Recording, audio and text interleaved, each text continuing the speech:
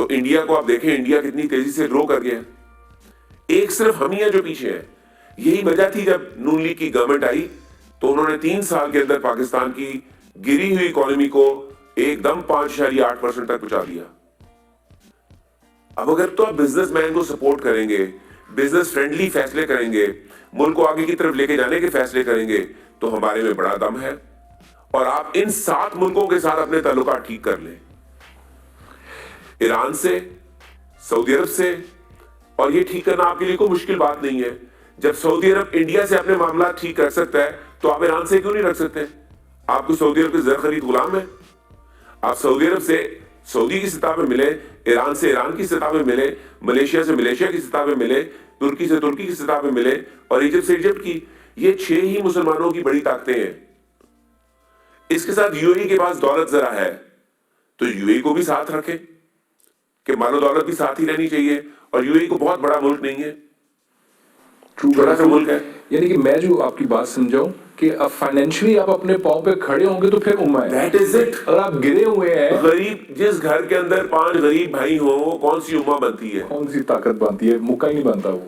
اور جس گھر کے اندر 5 یا 4 چھوٹے بھائی ہوں لیکن ہوں مالی طور پر مستحکم, وہ امہ بنتے ہیں.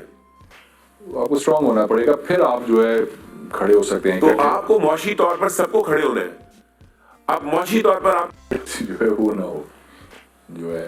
اب سب ذرا آ جائے انڈیا کی طرف. آپ نے کہا انڈیا کا بھی سر جو گروتھ ریٹ ہے, یہ ہم نے ایک پروگرام میں ڈسکس بھی کیا تھا کہ ان کی بھی اکانومی جو ہے وہ جس طرف جا رہی تھی, جو شائننگ انڈیا اور وہ سارا تھا, وہ ایک دم سے وہاں پہ بھی ایک بھونچال کسی جو ہے وہ صورتحال آئی ہوئی ہے.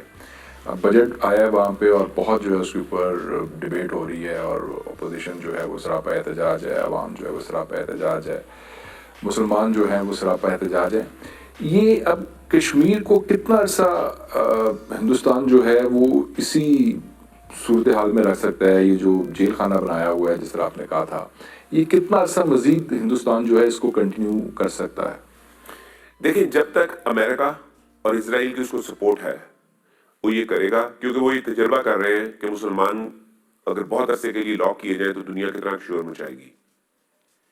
اب دنیا نے شور مچانا شروع کیا ہے ہلکا ہلکا.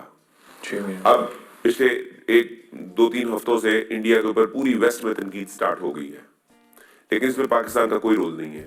پاکستان کے کسی سفیر نے, پاکستان کے کسی حکمران نے کہیں پہ جا کے یہ ان کی جو ظلم کی داستانیں ہیں وہ بیان نہیں کی. ہم تو جاتے ہیں اور جا کے کشمیر آزاد کرنے کی باتیں کرتے ہیں, جس سے وہ کہتے ہیں یار یہ تو پولیٹیکل مسئلہ ہے. ہم تو جا کے کہتے ہیں جی ہم تو کشمیر فتح کر لیں گے, وہ کہتے ہیں یار یہ پولیٹیکل مسئلہ ہے, ان 2 ملکوں کا آپس کا مسئلہ ہے. ہم جا کے وہاں پہ ہونے والے ظلم بیان ہی نہیں کر پا رہے. اور یہ جب تک ان کے ساتھ لگے ہوئے ہیں وہ, اور آپ کو پتا ہے وہاں اس وقت گورنمنٹ کس کی ہے؟